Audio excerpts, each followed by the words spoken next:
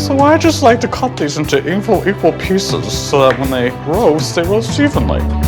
Jesse Tyler Ferguson is a celebrated actor on stage and screen, but it's his current role as Mitchell Pritchett on the highly acclaimed sitcom Modern Family that launched him into the spotlight and earned him 4 Emmy nominations. And Jesse, one more time. Jesse's career continues to thrive on TV and in the theater.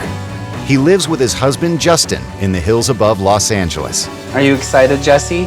I am excited. I'm a little nervous, but I'm excited. My dad's name is Robert Ferguson. My mother's name is Ann Doyle. My parents divorced when I was 18, but they both still live in Albuquerque, New Mexico.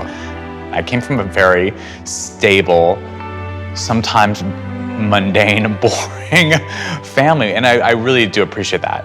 But there was none of the drama that I really longed for when I was, a moody 16-year-old kid who loved theater.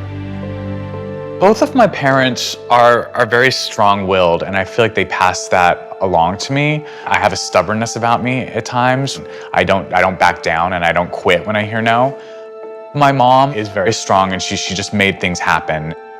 And the grandparents on my mom's side I was very close with, and my dad's mom I was also very close with. I'm actually named after her, and I had a special bond with her.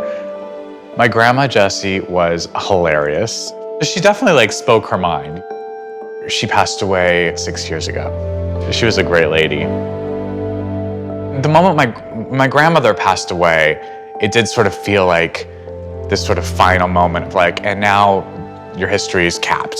History shut down and closed for the day. And you don't have that person to talk to get those personal stories from. I am very excited to explore my dad's side just because I get sad because I think there's so much I don't know about my history, and my grandma's gone. I want to fill out those branches of the family tree because right now it's like a stump. It's this really sad stump with one branch. I need to feel like it has more going on up here. So I'm heading to my hometown, Albuquerque, New Mexico, to talk to my dad, Bob Ferguson.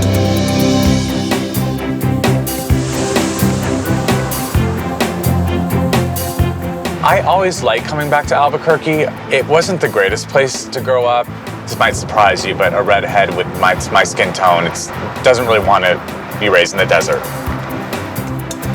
But it's fun to come back to and visit now. Hello. Third time's a charm. So I've come here today to try and find out more information on your side of the family, specifically Grandma Jessie and her history. She's kind of where it ends for me. I don't know anything beyond her, so I'm very excited to figure out how far back I can go with that side of the family. Let's look at some of the photos, and maybe this will jog some questions here. This was an early picture. This is one of my favorite pictures of you. I was very cute. You were a cute little hockey puck. This is a picture of my mother. It's a very classy photo. I've seen this picture. I want a copy of this. This is Grandma Jessie. Yeah. And this is my maternal grandfather, Jesse Uppercue. Okay. I did not know I was named after him as well. All right, so this is Grandma Jessie's dad, my great-grandfather. Correct. J.W. Uppercue. Look at that top hat. Yeah. Well, he was a lawyer. So how they did. I play a lawyer on television. I know something about that. Never knew him. I do remember my mom saying that he was born in Maryland. He looks like you, Dad. A little bit. Christmas Day, 1923. A modest token of affection from your husband. To Elizabeth Uppercue. So this is Elizabeth, my great-grandmother. Correct. It's very modest. I love that this is his token of affection. Just him looking very mad. Wow. That's where your knowledge ends, too. Pretty much. Kind of where mine does. Yeah.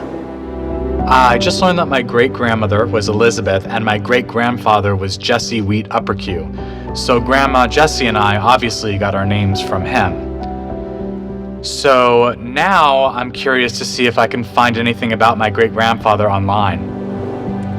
We should Google Jesse Uppercue, Law, Maryland.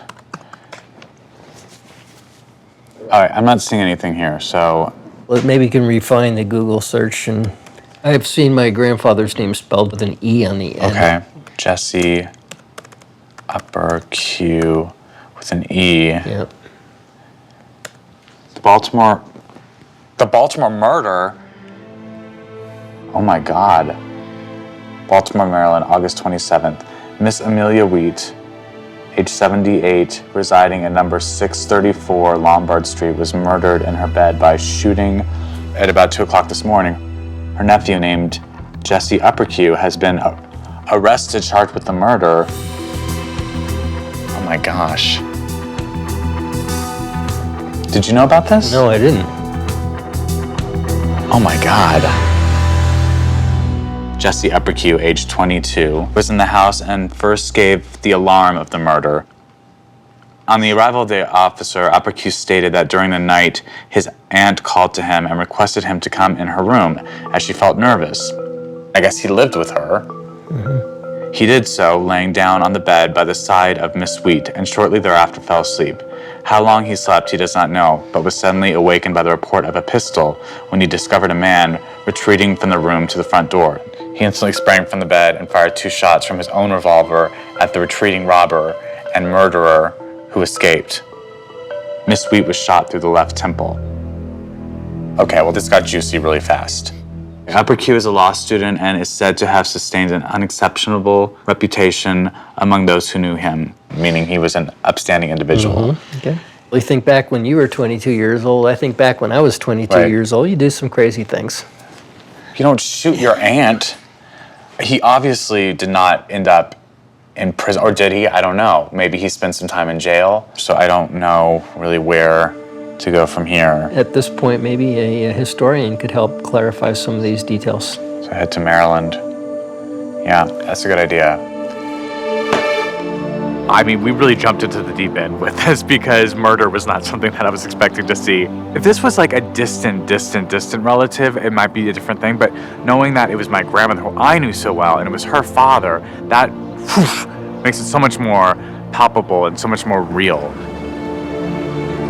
The details of the actual murder and his account of it, there's something very strange about the story. The dots don't really line up for me. I don't know. I mean, I can't imagine how anything could get crazier.